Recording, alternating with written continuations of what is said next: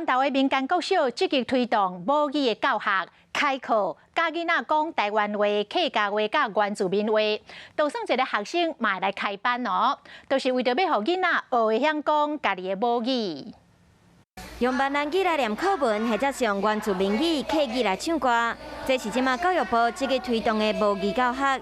民间乡民间国小嘛特别开设本土语言课程。我们希望母语的推动或本土语言的推动，都是从学校来扎根。学校老师嘛透过好耍活泼的方式来教音标或者是念法，互囡仔更较介意讲母语。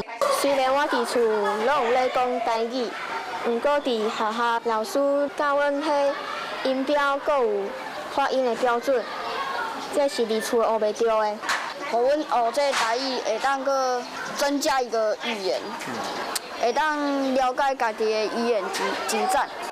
12年国教的精神是希望学生透过生活经验来学习，嘛透过课程互母语落实伫学生的生活中。